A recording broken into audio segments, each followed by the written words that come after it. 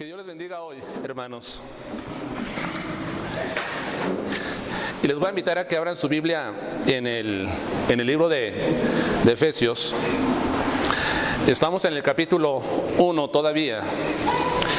Y estamos viendo pues muchas verdades pues muy importantes para nosotros, para la iglesia, para que conozcamos qué es lo que Dios ha hecho a favor nuestro.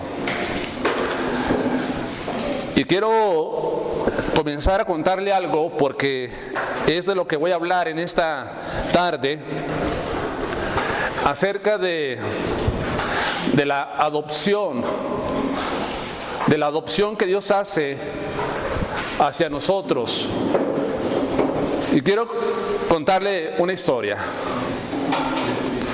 Estaba leyendo acerca de una niña que estaba en un orfanatorio y estaba a punto de ser adoptada por una mujer. Entonces todos los muchachos, los chicos allí, pues estaban contentos, estaban regocijándose porque esta niña pues iba a salir de ese lugar y ya había encontrado una familia que se hiciera responsable de ella.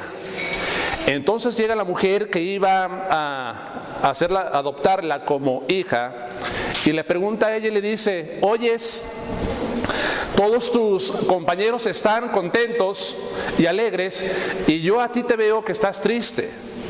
¿Por qué? Mira, si tú vienes a mi casa, tú vas a tener todos los privilegios, vas a tener todos los derechos, vas a gozar de juguetes, vas a gozar de cuidados, vas a gozar de mi amor, le decía esta mujer. Entonces la niña decía: bueno, sí, sé que eso es lo que me espera en ese hogar, pero pregunto yo, ¿por qué lo hace, señora? ¿Por qué usted hace eso por mí? Entonces la mujer le contesta y le dice: ¿sabe qué? ¿Sabes por qué? Yo lo hago por amor a ti. Por eso lo hago. Allá está un señor allá en la puerta hablando. Lo hago por amor a ti. Esa es la razón principal por la cual yo quiero que salgas de este orfanatorio para que vengas a mi casa. Y hermanos, precisamente es el tema que voy a compartir acerca de cómo Dios nos adopta a nosotros como hijos por amor. Por puro amor, nosotros llegamos a ser hijos de Dios. Entonces, estamos en Efesios capítulo 1, versículo 5 ahora. Terminamos el domingo pasado el versículo 4, vamos a concentrarnos en el versículo 5 y a ver si podemos llegarle hasta el versículo 6 en esta tarde. ¿Ya tienen allí en sus Biblias esta porción de la escritura?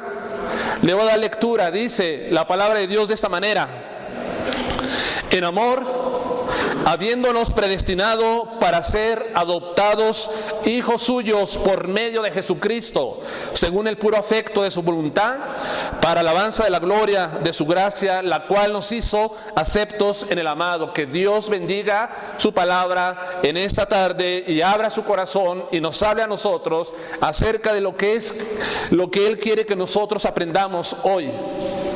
Esta doctrina importante acerca de la adopción. Ahora, el apóstol Pablo sigue escribiendo a los Efesios estas palabras significativas. Parece que a simple vista no tiene mucho significado para nosotros, pero sí tiene mucho significado y era de gran significado para los lectores del primer siglo. Porque el apóstol Pablo escribe y les dice que han sido predestinados para ser adoptados hijos suyos. ¿Qué estaba pasando en la iglesia en ese momento? En la iglesia de Éfeso o también en otras iglesias donde esta carta se iba a leer o iba a circular para diferentes creyentes en diferentes regiones de Asia Menor. ¿Qué estaba sucediendo? Lo que sucede es que la iglesia de Cristo se compone tanto de judíos como también de personas que no son judíos, que se conoce como los gentiles. Entonces, ¿qué pasaba? Se estaba dando el caso de que los judíos se sentían ellos que eran el pueblo escogido por Dios, que eran los preferidos, que eran los favoritos, que ellos eran los mejores y que los creyentes gentiles, pues ellos pasaban a segundo rango o de menor importancia o inferiores a ellos. Eso es lo que se daba. Ellos pensaban de esa forma, o sea, ellos pensaban que eran superiores, que delante de Dios, pues Dios miraba a unos de una mejor manera y a otros de otra manera, que Dios tenía sus preferidos. Entonces, hermanos, el apóstol Pablo va a escribir y está escribiendo en esa carta que no es así delante de Dios. Por eso dice en el versículo, en el capítulo 2, y vamos al capítulo 2 de esta misma carta, dice en el versículo 12, dice: en aquel tiempo estabais sin Cristo, alejados de la ciudadanía de Israel y ajenos a los pactos de la promesa, sin esperanza y sin Dios en el mundo. Pero ahora en Cristo Jesús, vosotros que en otro tiempo estabais lejos, habéis sido hechos cercanos por la sangre de Cristo Jesús. Ahora, hermanos, pasaba esto en la iglesia de Éfeso. Entonces el apóstol Pablo les quiere decir: ustedes están en esa condición. En esa condición se encontraban, de alejados y ajenos a la ciudadanía y a los pactos de Dios. Pero quiero decirles a ustedes, tanto judíos como creyentes, que todos, de acuerdo a Dios, todos somos hijos de Él. Entonces, delante de Dios no hay acepción de personas, no hay diferencia alguna. Por eso los efesios tenían que entender esto, que como hijos tenían los mismos privilegios y tenían los mismos derechos y responsabilidades y oportunidades como los demás. Esto es importante, hermanos, que entendamos. Ahora, el apóstol dice que los efesios, y todos nosotros, por supuesto, y la iglesia, que hemos sido predestinados. Entonces yo me puse a investigar acerca de esta palabra predestinación.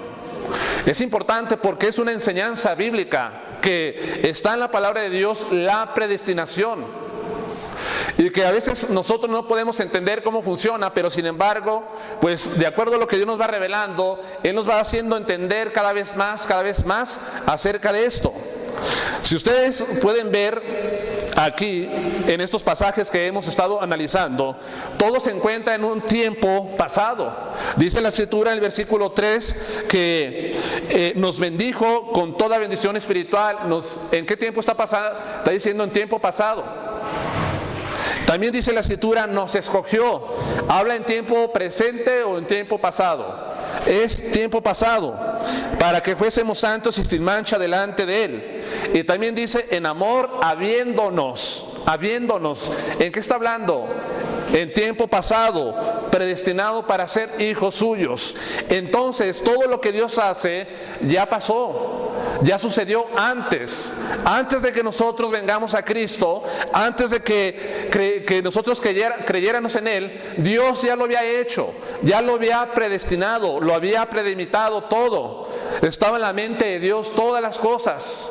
Usted estuvo en la mente de Dios para ser hijo de Él. Debemos de entenderlo. Ustedes no llegaron a ser hijos de Dios cuando ustedes dijeron, yo creo en Cristo. Ya desde antes Dios ya los había predestinado para esto. Ahora, ¿qué significa esa palabra que dice aquí el apóstol Pablo de predestinados? ¿Qué significa? ¿Qué entiendes tú, Felipe, con esa palabra predestinar? ¿Qué entiendes, Donaldo? Antes de... Pues miren, dice Donaldo, antes de, pues la palabra original para esto dice determinar antes. O sea, que se determina, se planea antes de que se lleve a cabo las cosas. Esto nos da a entender de antemano que Dios destinó un destino de antemano o trazó un destino para que nosotros camináramos en él. ¿Sí me entienden? Para que nosotros camináramos en él. Bueno, para entenderlo así, nosotros los seres humanos predestinamos o predeterminamos a hacer ciertas cosas, ¿o no es verdad? Es verdad. Tú predestinas algunas cosas. ¿Qué predestinaste hoy en este día de antemano? ¿Qué es lo que hicimos? Muchos de nosotros lo que hicimos es que antes, ayer o en la semana, nosotros establecimos que el domingo vamos a estar en la iglesia alabando a Dios. ¿Eso qué es? Predeterminar, ¿o no? O al momento les llegó a ustedes y decir, vámonos. No, ustedes ya predeterminaron. Yo predeterminé venir a la iglesia. Otras personas ya predeterminaron también que este domingo no van a venir a la iglesia, también de antemano. Ya dijeron, el domingo no voy a la iglesia y no voy el siguiente y no voy el siguiente, etcétera, etcétera. Bueno, nosotros planeamos. Eso es predestinar. Predeterminar es planear algo. Hacemos planes. Todos tienen planes, ¿o no es verdad? Unos tienen planes para poner un negocio, otros tienen planes para terminar una carrera, otros tienen planes para casarse con con su novia, con su novio, etcétera. Tenemos planes todos. Estamos nosotros predeterminando desde antes o trazando algo en el cual nosotros queremos caminar y llegar a esa meta. Eso es lo que hacemos, hermanos. Pero sin embargo nosotros podemos decir, yo planeo, pero yo estoy seguro que lo que planeo así se va a cumplir al pie de la letra. ¿Quién sabe si lo que quiere estudiar lo va a terminar? ¿Quién sabe si el negocio que tiene, que va a poner, etcétera, va a funcionar? ¿Quién sabe que si yo mañana digo, por ejemplo, mañana me voy a levantar a trabajar a las 6 de la mañana, un ejemplo, y después cuando regrese voy a hacer esta cosa y voy a hacer aquella cosa? ¿Puede suceder eso? Sí puede suceder. Sí puede, pero sin embargo pueden pasar cosas, pueden pasar circunstancias que nos cambian completamente lo que nosotros hemos predeterminado y planeado. ¿No es verdad? Es verdad, eso puede suceder. Las circunstancias pueden cambiar lo que nosotros predeterminamos. ¿Por qué? Porque nosotros no tenemos control de las circunstancias muchas veces. ¿O no es verdad? Yo no tengo control de las circunstancias. Yo no sé lo que vaya a suceder el día de mañana. No lo sé. Si las circunstancias me favorecen, voy a hacer lo que yo he planeado. Si las circunstancias no me favorecen, entonces me va a mover todas las piezas del ajedrez que yo tenía planeado. Pero sin embargo, yo quiero decirles, la Biblia nos dice a nosotros que Dios predestina, predetermina, traza un destino de antemano. Hace eso. Dios ha determinado y ha predestinado muchas cosas. Es más, el curso de la historia, el curso del ser humano está en el control de lo que Dios ha dicho ya de antemano en su palabra. ¿Sí me entienden eso? Dios ya lo ha hecho así.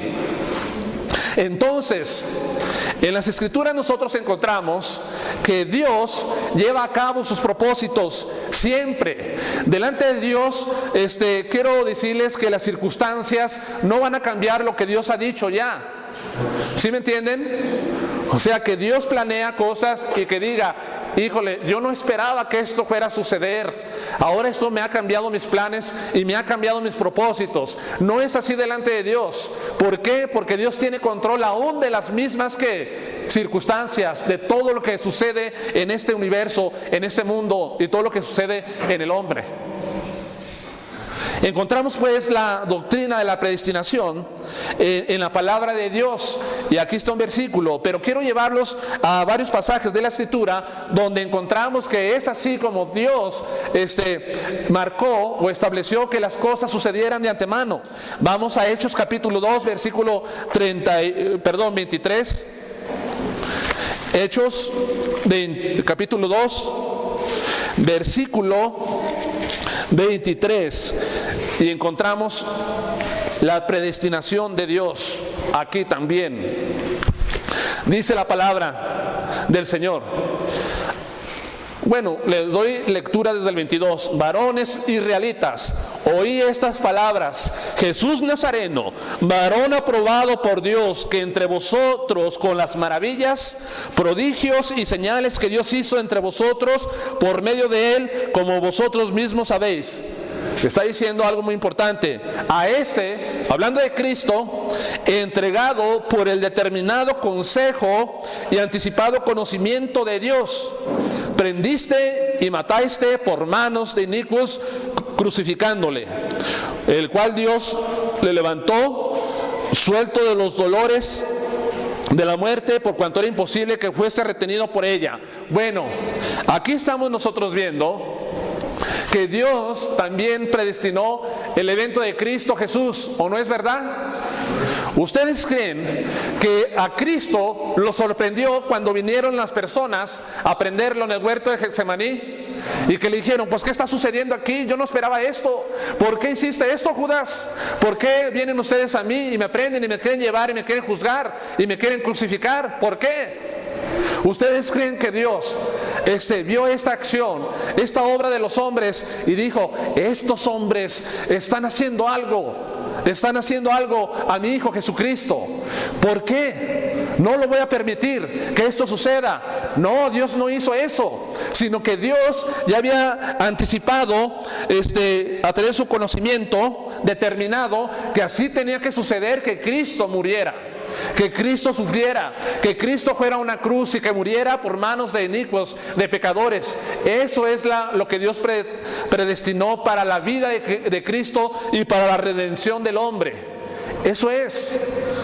¿Qué dice la palabra de Dios? Si nosotros vamos al Salmo 22, allí nos habla claramente acerca de los sufrimientos y de los dolores que iba a sufrir Cristo Jesús.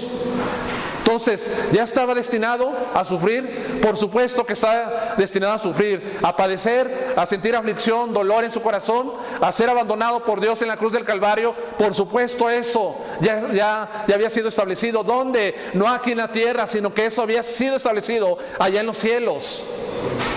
Por la eternidad, dice la Escritura. Antes de la fundación del mundo, Dios ya había establecido esto. Entonces, todo estaba bajo el control de la voluntad de Dios. ¿Recuerdan? Que había una persona, un discípulo, que decía: Señor, no voy a permitir que esto te hagan. Saca una espada y le corta la oreja al siervo del sumo sacerdote. ¿Verdad? Quería impedir él que esto se llevara a cabo, pero sin embargo Cristo, ¿qué le dice? Guarda tu espada, porque el que por la espada se defiende, por la espada va a perecer. ¿Por qué? Porque Cristo sabía cuál era su destino final aquí en la tierra, cuál era su obra que él iba a cumplir. Entonces encontramos esto en este versículo. También encontramos otra acerca de esto de la predestinación que Dios hace. Si nosotros vamos a 1 Corintios capítulo 2 versículo 7, 1 Corintios 2 capítulo 7, 2 versículo 7, perdón. Y dice algo interesante también. Dice la Escritura 2:7, 1 Corintios: mas hablamos sabiduría de Dios, el misterio, la sabiduría oculta, la cual Dios predestinó. ¿Cuándo predestinó esta sabiduría?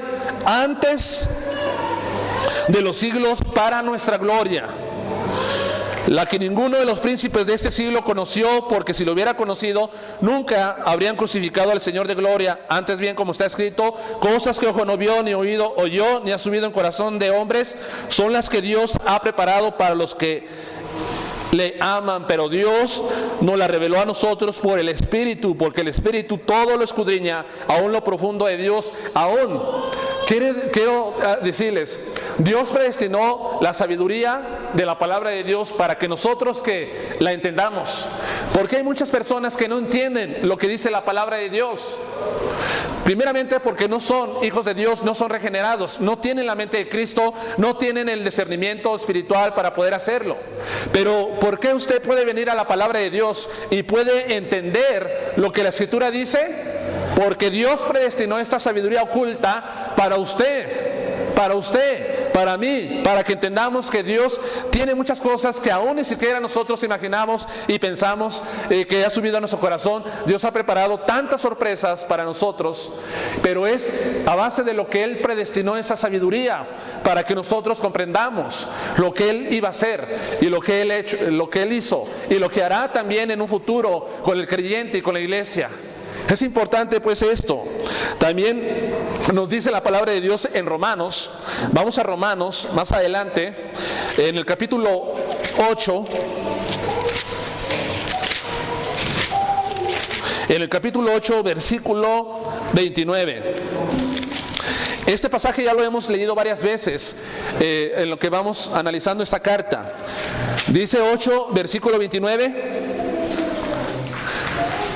Porque a los que antes conoció, también los predestinó, o sea, determinó antes, trazó un destino para caminar en él.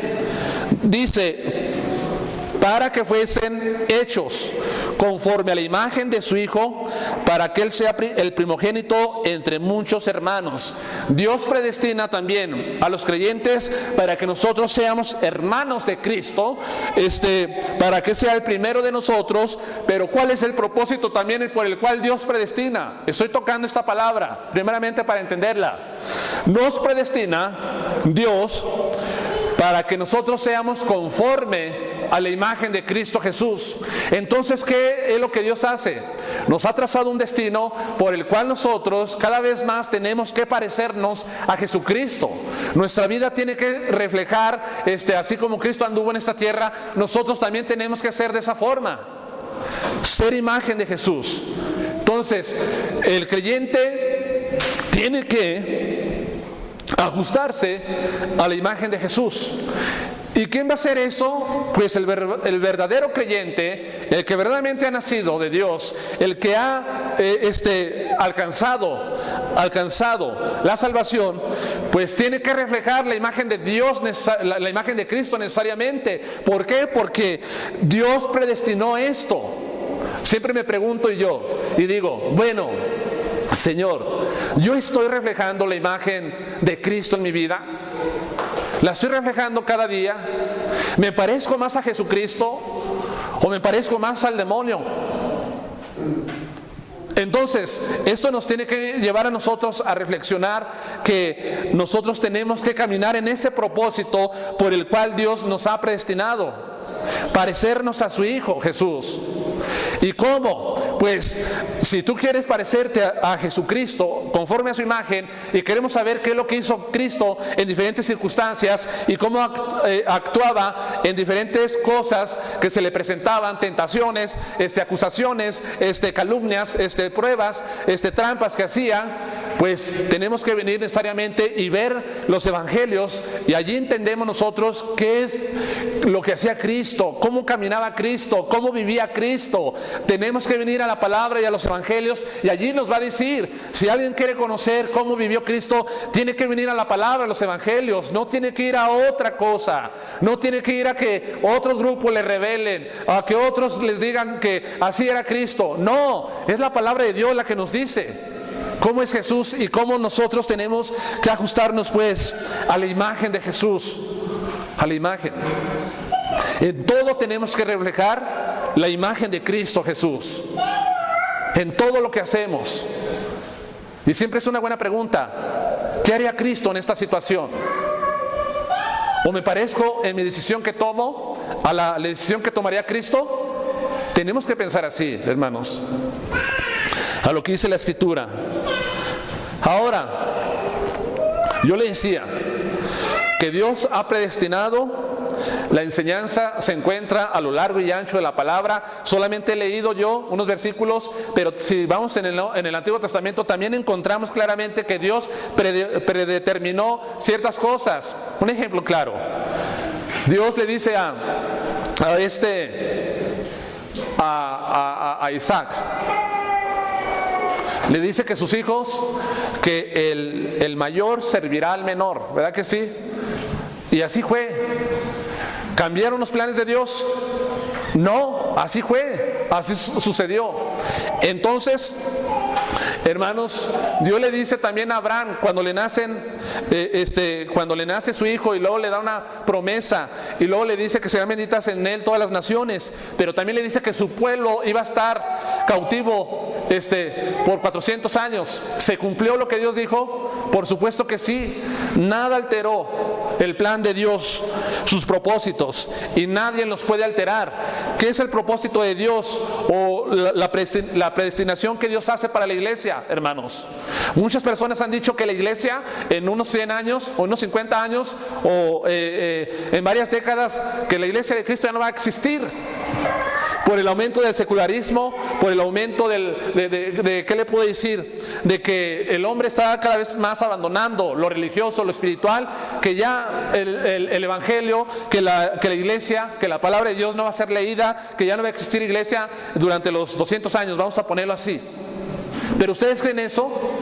¿Ustedes creen que la iglesia va a desaparecer? No, ¿por qué? Porque Dios ya predeterminó que la iglesia va a permanecer a través de los siglos hasta que Cristo venga.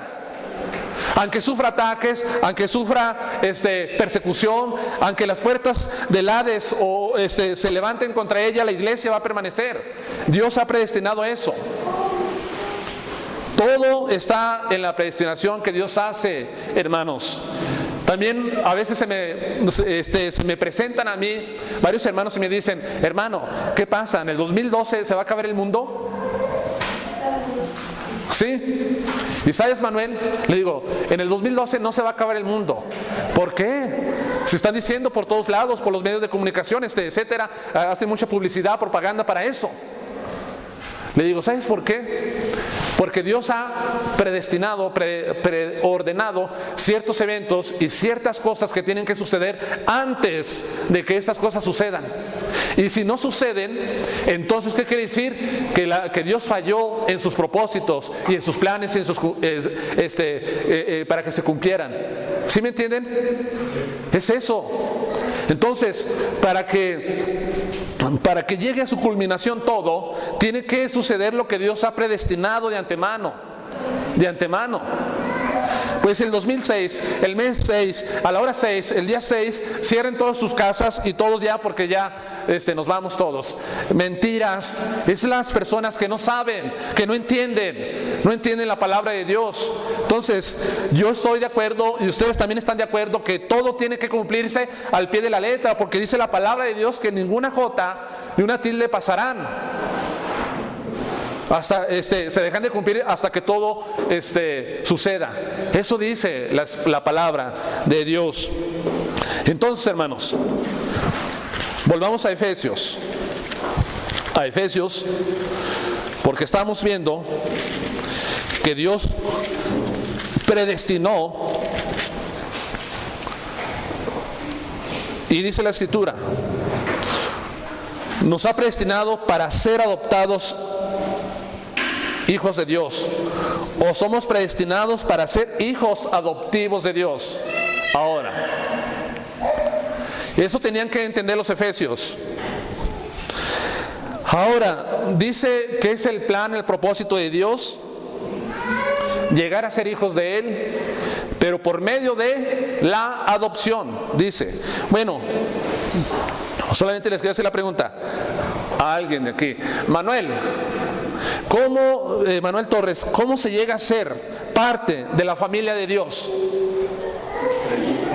¿Cómo? Creyendo en Él, por supuesto. Pero si te fijas, la mayoría de la gente aquí cree. Todos dicen que creen, ¿verdad? Dice Manuel, arrepentirnos de nuestros pecados. por supuesto, eso es parte de la enseñanza. Nosotros llegamos a ser parte de la familia de Dios, vamos a verlo, porque el apóstol Pablo lo establece de una forma, pero también encontramos que el apóstol Juan lo establece de otra forma, usa diferentes imágenes, diferentes ilustraciones, pero en sí todo el resultado es el mismo, que todos los creyentes pertenecen a la familia de Dios. Es interesante esto. Dice Manuel que por creer, por arrepentirse. Nosotros llegamos a ser parte de la familia de Dios, número uno, por el nacimiento espiritual. ¿Sí, Manuel? ¿Sí, Alejandro? Por el nacimiento espiritual. ¿Dónde encontramos esta verdad? La encontramos en Juan capítulo 1, versículo 12 y 13. Vamos a la palabra de Dios.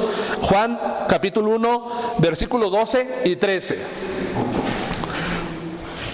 Mas a todos los que le recibieron, a los que creen en su nombre, les dio la potestad, el derecho, el poder de ser hechos hijos de Dios, los cuales no son engendrados de sangre, ni de voluntad de carne, ni de voluntad de varón, sino de Dios. Entonces, yo llego a ser parte de la familia de Dios, llego a ser parte de ser de sus hijos, porque Dios me ha engendrado. ¿Sí me entienden? Porque, decía Manuel, porque yo he creído, porque yo me he arrepentido. Cuando creo, cuando me arrepiento, entonces solamente se cumple lo que Dios ya había determinado de antes, ser hijos de Él. Y dice que aquí no es por la voluntad de nadie, de un ser humano o participación humana, sino que es voluntad de Dios, es porque Dios nos engendra a nosotros. Entonces, si vamos nuevamente a más adelante a Juan 3, versículo 3 y 8, dice la palabra: respondiendo Jesús le dijo: de cierto te digo que el que no naciere de nuevo no puede ver el reino de Dios. Nicodemo le dijo: ¿cómo puede un hombre nacer siendo viejo? ¿Puede acaso entrar por segunda vez al vientre de su madre y nacer? Respondió Jesús: de cierto te digo que el que no naciere de agua y de espíritu no puede entrar en el reino de Dios. Está hablando acerca de un nacimiento. Lo que es nacido de la carne, carne es, y lo que es nacido del espíritu, espíritu es. No te maravilles de lo que te dije, es necesario nacer de nuevo para pertenecer ¿a qué? A la familia de Dios y llegar a ser parte de Él.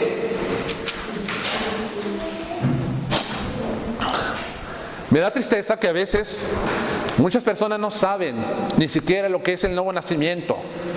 Le pregunta usted a una persona, llámese, hay incluso muchos que se llaman cristianos, y tal vez lo son, algunos de ellos, pero no conocen este tipo de enseñanza. Le dices tú: oye, ¿ya naciste de nuevo?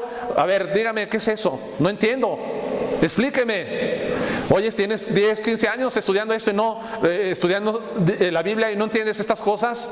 Tienes que entenderlas, que todos tenemos que nacer de nuevo para entrar al reino de Dios, para ser parte de la familia de Cristo Jesús. El nuevo nacimiento, hermanos, nos hace parte de Él. Y dice que nosotros nacemos de la carne, ¿sí? Esta es carne y nació de la carne, pero dentro de mí hay un nuevo nacimiento que nació del Espíritu, que fue engendrado por Dios. Entonces, quiere decir que Dios nos imparte a nosotros de su naturaleza divina cuando nacemos de nuevo para llegar a ser hijos de Él. Entonces, en este mundo hay personas que tienen solamente el nacimiento físico. Y allí los ves caminando. Y nosotros también tenemos el nacimiento físico. Pero también hay otra clase de personas que tienen el nacimiento espiritual. O sea, ya tienen dos nacimientos: el físico y el espiritual. ¿Y quién tiene estos dos nacimientos? El creyente tiene estos dos nacimientos. Tanto, pues físicamente, aquí estamos presentes. Pero espiritualmente ya tenemos ese nacimiento. ¿Y gracias a qué? A que Dios nos dio el poder, nos dio la facultad de creer y de arrepentirnos. Gracias a Él, al Señor. Y también dice Juan, la primera de Juan, estoy contestando esta pregunta: ¿cómo es que llegamos a ser hijos de Dios? Primera de Juan 5, versículo 1, dice: todo aquel que cree en Jesús, todo aquel que cree que Jesús es el Cristo, es nacido ¿de quién? Es nacido de Dios. Y todo aquel que ama al que engendró, ama también al que ha sido engendrado por él. Lo mismo sigue diciendo el apóstol Juan.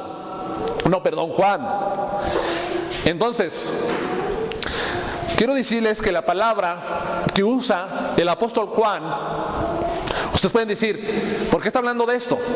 Porque quiero dejar bien definido cómo es que se usan dos ejemplos, diferentes ilustraciones para enseñarnos la misma verdad de que todos los creyentes pertenecen a la familia de Dios. Juan emplea una palabra para hijos de Dios. Esa palabra que Juan emplea hace alusión o hace referencia a que se refiere a un hijo como un niño. ¿Sí me entienden? Como un niño. Porque hay otra palabra que se emplea para hijos, que es, lo puedo decir, huios, así lo va, H-U-I-O-I-S. Pero esa la emplea solamente para referirse a Cristo Jesús. Pero sin embargo le emplean estos versículos que yo le dije, esa palabra que hace alusión como un niño. O sea, quiere decir que nosotros nacemos espiritualmente de Dios como niños, como bebés. ¿Sí me entienden? ¿Sí me entienden? Entonces, si nosotros nacemos como niños,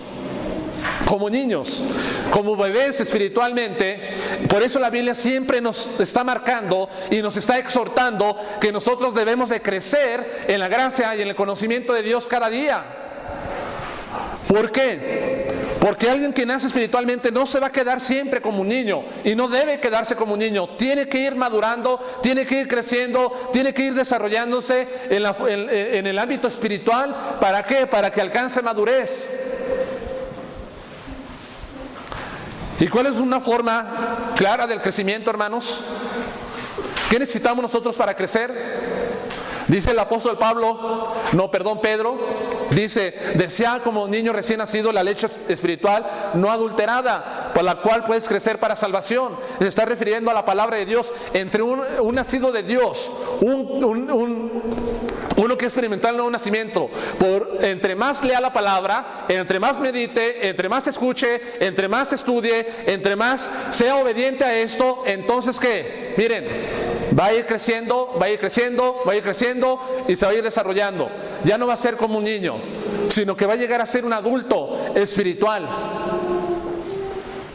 ¿Por qué vemos nosotros a tantos creyentes que parecen que no se desarrollan, parece que todavía son niños, que no comprenden las doctrinas, que se comportan todavía de una manera muy inmadura? Todo esto, ¿por qué?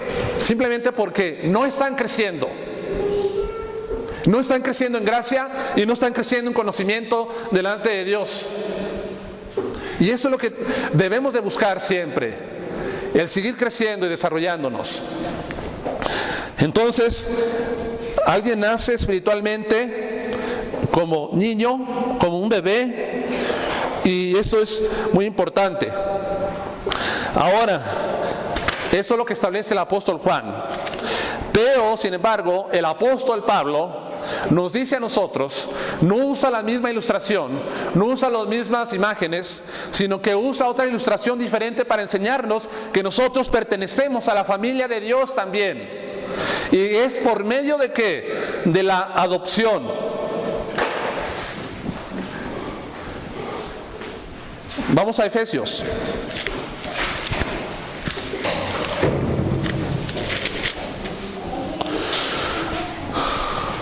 Para ser adoptados hijos suyos. Este es el resultado de ser parte de la familia de Dios, adoptados. Entonces, los efesios que comprendieran esto, pero también esta palabra de adoptados es muy importante, porque aparece en varios versículos de la Escritura, la adopción de Dios. ¿Dónde aparece? En Romanos capítulo 8. Vamos a Romanos capítulo 8. Esta es la teología paulina en cuanto a la adopción. Romanos 8, versículo 15, 16 y 17. Dice el 14, le doy lectura también. Porque todos los que sois guiados por el Espíritu de Dios, estos son hijos de Dios. La palabra hijos que emplea aquí el apóstol Pablo y que emplea también en Efesios está dando la idea de que no nace ahora como bebé, sino que ahora es un hijo que tiene una sólida relación con su padre.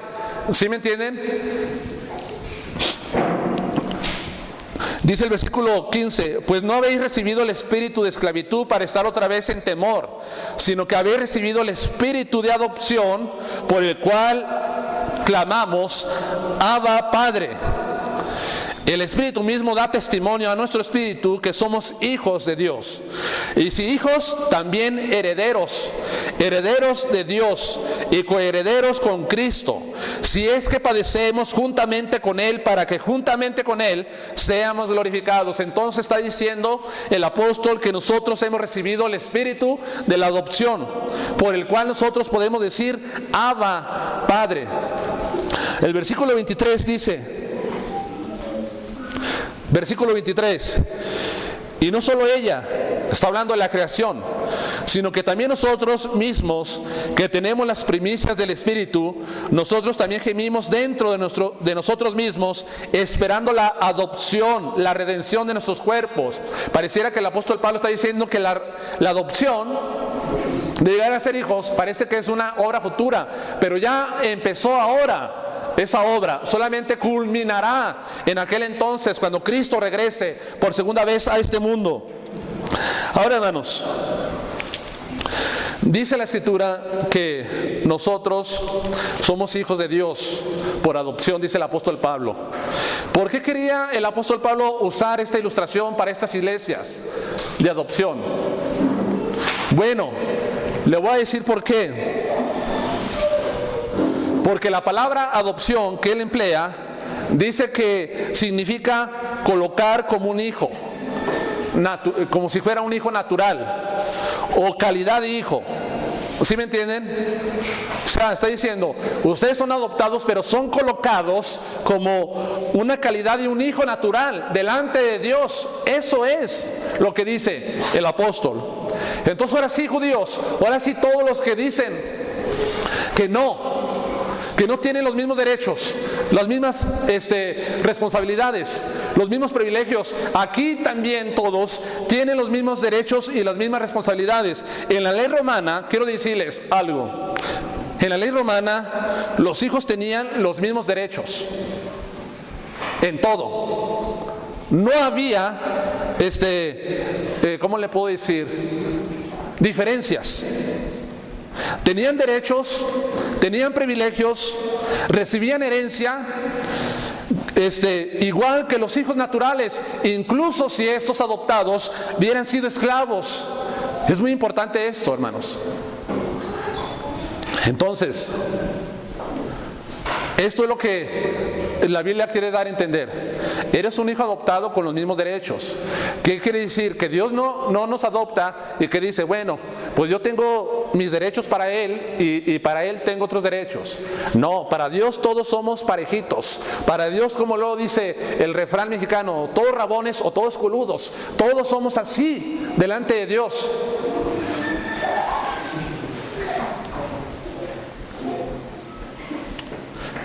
El privilegio y las responsabilidades. Los romanos establecieron claramente y entendían esto, que cuando llegaba un hijo adoptivo a ellos, le iban a hacer parte de él y le iban a dar incluso la herencia también que le pertenecía a los hijos naturales. Allí nunca se iban a encontrar ustedes que dijera, bueno, yo te adopto como hijo, pero la herencia que tengo, todos mis bienes, todos mis derechos, pues van a ser solamente para mi hijo natural y para ti no. A ti solamente te voy a dar una porción menor.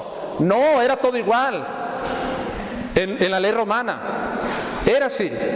También entre los romanos pues existía que tenían privilegios, pero tenían responsabilidades. O sea, las mismas responsabilidades eran para todos. O sea, allí no era de que, bueno, a ti te doy una responsabilidad y a ti te doy otra menor. A mi hijo natural no se mueva, no haga esto, aquello, y vamos a poner al hijo adoptivo, haz esto, haz aquello y haz esto.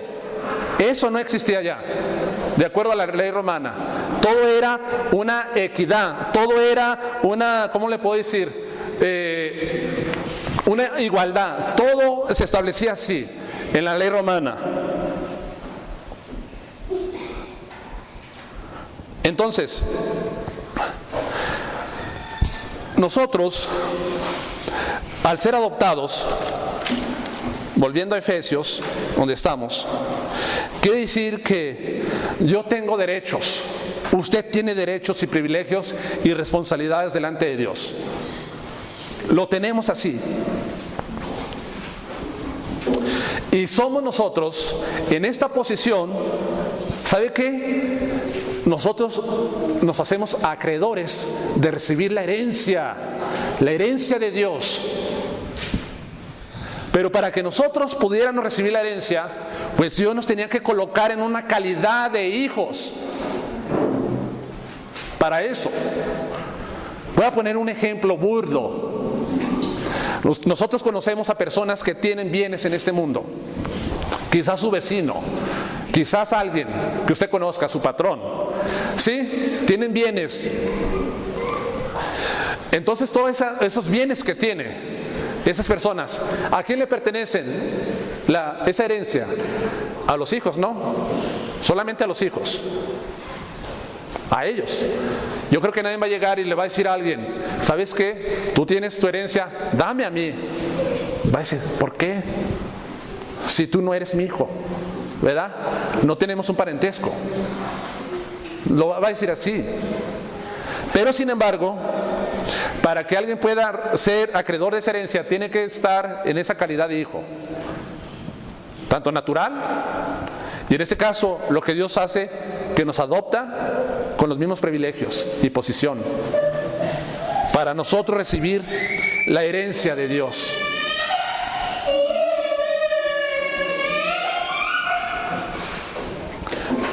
Ahora, hermanos,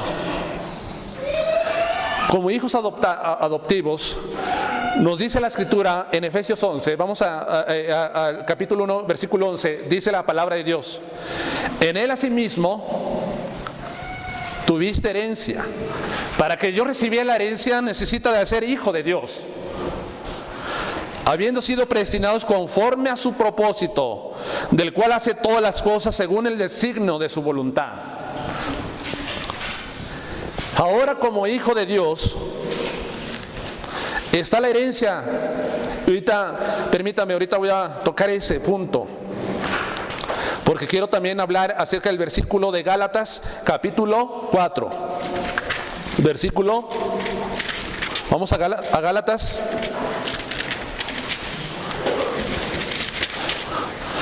Gálatas 4, versículo 5.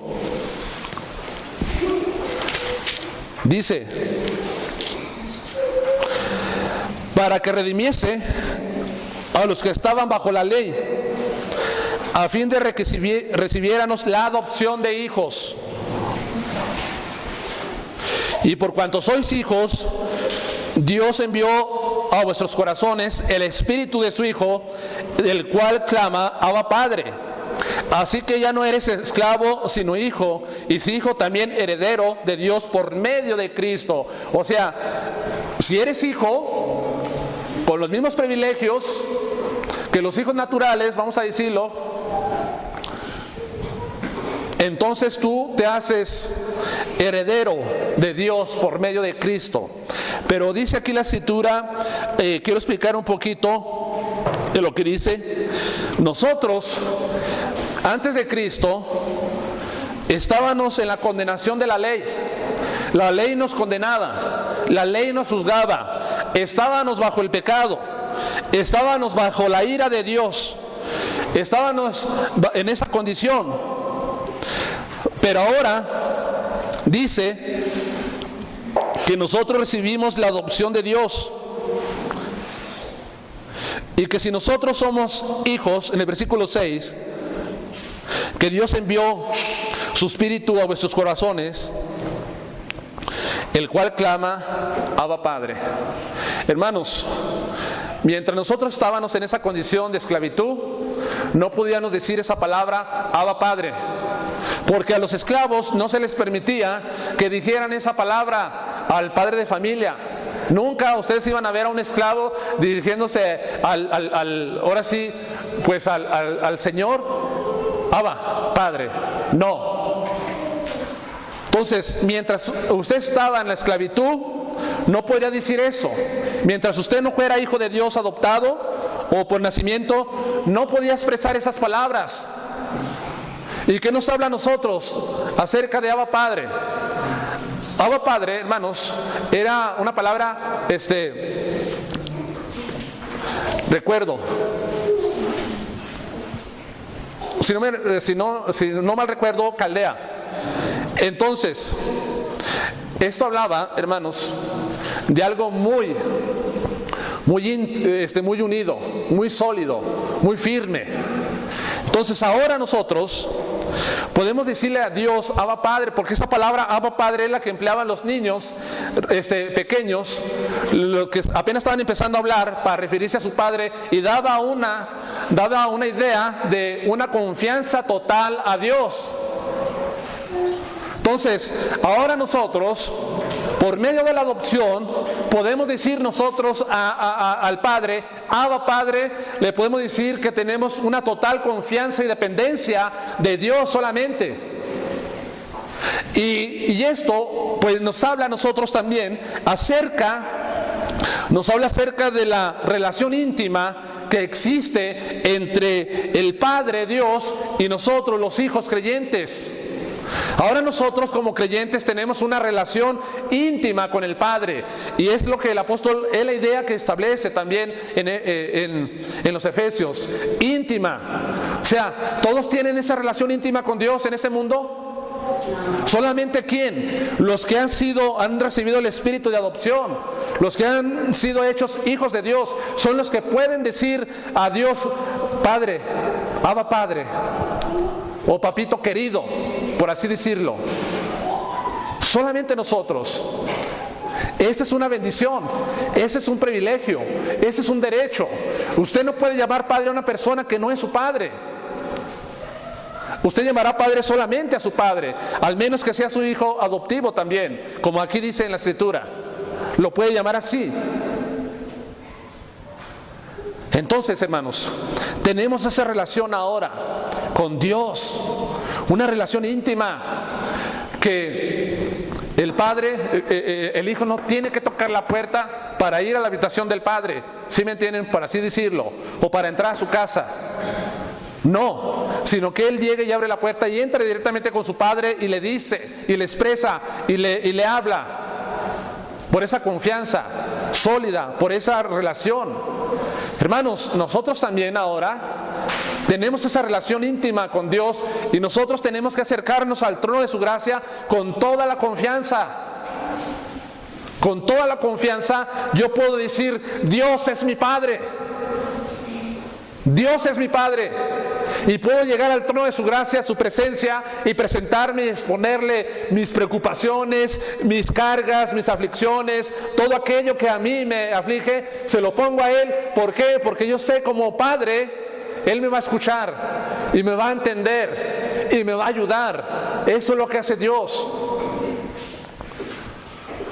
Bendiciones, hermanos, de Dios para nosotros. ¿Sabían ustedes que en el Antiguo Testamento casi no se usa a Dios, la palabra Padre para referirse a Dios? casi no aparece, y que viene apareciendo esa palabra en el Nuevo Testamento a través de Cristo y a través de los creyentes, porque nos habla de la cercanía que ahora tenemos nosotros con Dios. Ahora, adoptados, y nos dice de una herencia, o sea, tenemos posición, privilegios, y nos habla la Escritura en lo que estábamos leyendo en Romanos 8, versículo 16-17, que ahora que somos hijos por adopción, también pues tenemos la herencia de Dios. Tiene los mismos privilegios los efesios y también los judíos. Ahora, si nos habla de que tenemos eso, ¿qué herencia vamos a recibir nosotros? ¿Qué herencias? ¿O qué herencia? ¿Cuál es la herencia que vamos a recibir, hermanos? ¿Cuál es la herencia? Como hijos.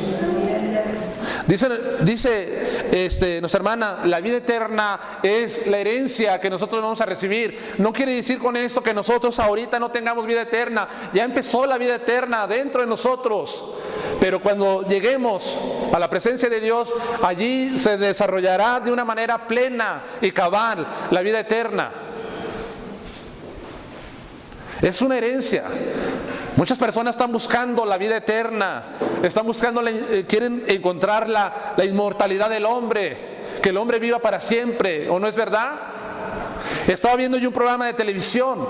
En ese programa de televisión pusieron a una mujer, no sé, desecaron, no sé, su busto, todo esto, de aquí para arriba.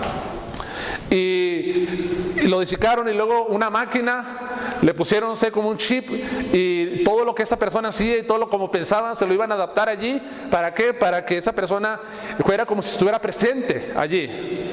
Eso es horrible. Yo no quisiera tener a un familiar así, de esa forma.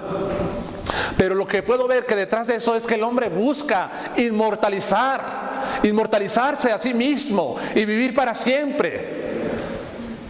Siempre las personas están buscando la inmortalidad. Las civilizaciones antiguas buscaban ser inmortales, ¿o no? Buscaban eso. Se creían dioses. Hermanos, pero no todos van a alcanzar la vida eterna. No todo el mundo. No, la forma de que nosotros podamos alcanzar y heredar la vida eterna es solamente creyendo en Jesucristo el Señor. El que tiene al Hijo tiene la vida. El que no tiene al Hijo, al que no tiene a Cristo, no tiene la vida eterna. Y qué tristeza por las personas que mueren sin haberse arrepentido, sin haber creído, sin haber ahora sí reconocido la salvación de Cristo. Mueren sin esperanza, mueren sin ninguna consolación, mueren sin nada. No hay vida eterna para ellos. Es triste, pero sin embargo nosotros tenemos esa herencia que es la vida eterna, que está reservada para todos los que hemos alcanzado salvación. Esa es parte de la herencia, hermanos, que nos habla la Escritura. También dice la palabra de Dios en Mateo 25, cuando está hablando acerca de los que hicieron el bien, los que hicieron el mal, los que se arrepintieron, los que hicieron buenas obras, no para salvarse, sino como resultado de su salvación. Nos dice, quiero leerlo, quiero ser más textual en esto. Mateo 25, ustedes recuerdan, es el juicio a las naciones.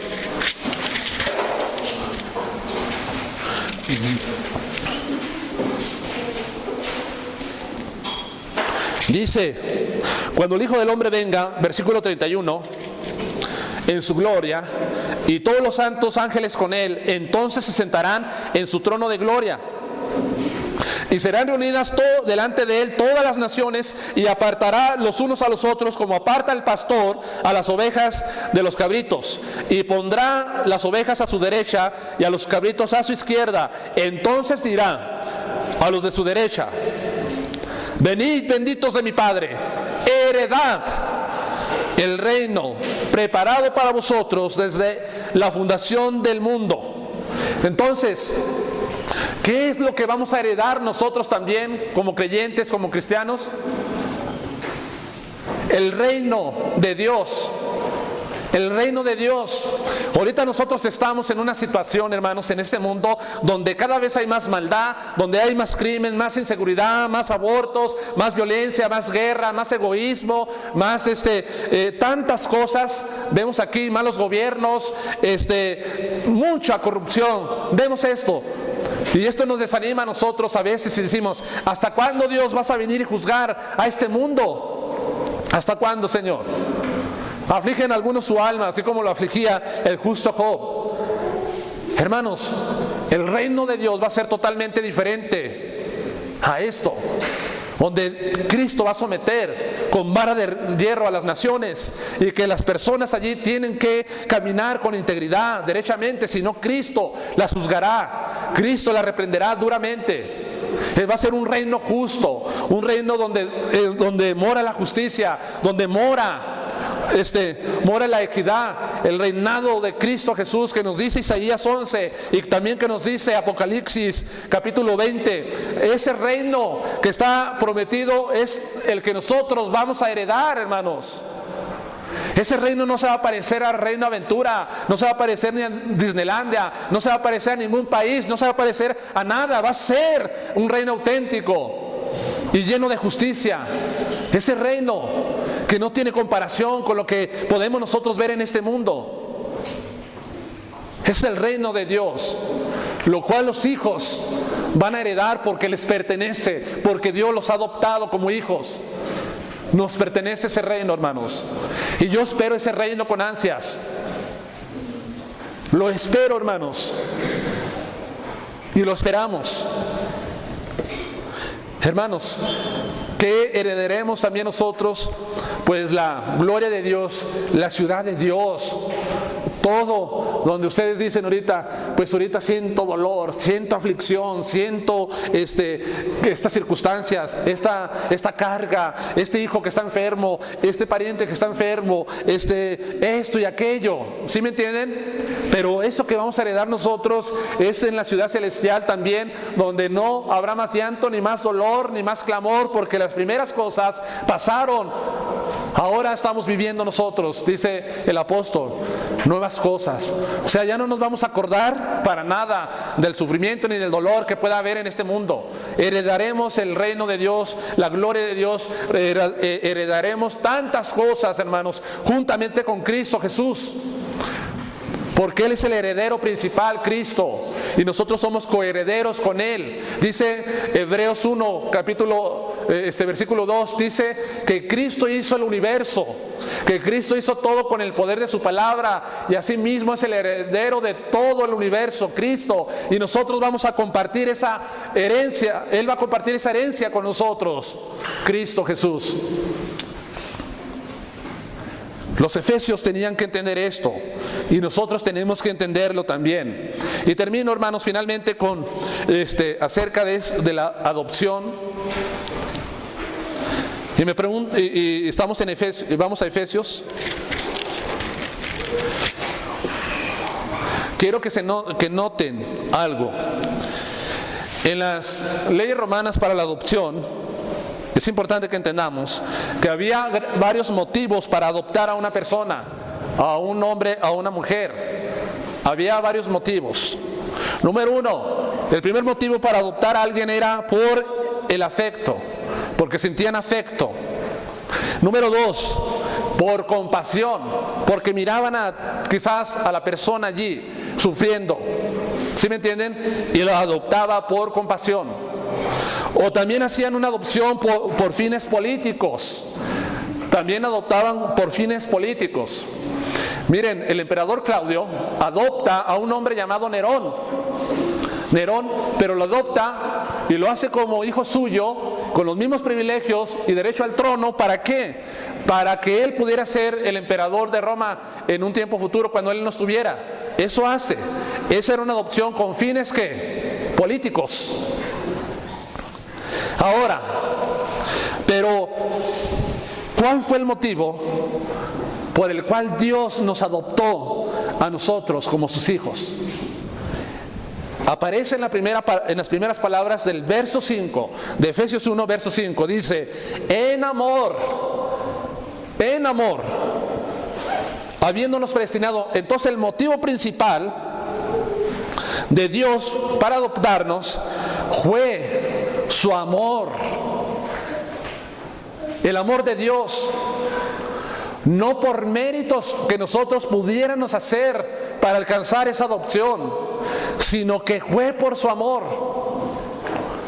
No fue por fines políticos, hermanos, fue por amor.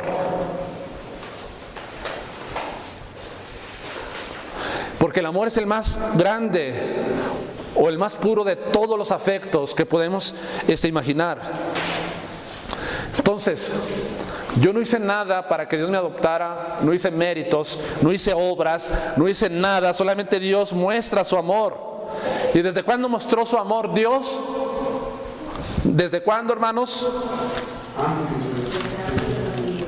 Todavía ni existía usted, ni existía yo, y desde antes Dios ya nos amó. Quiere decir que el ejercicio de su amor de Dios estuvo activándose en la eternidad pasada. Estuvo mostrándolo ya. Ahora dice la Escritura: Dios no nos adoptó porque nosotros le hayamos amado o porque hayamos hecho méritos, porque le caímos bien a Dios. No, eso no. Dice la palabra de Dios en este versículo de Primera de Juan capítulo 4, versículo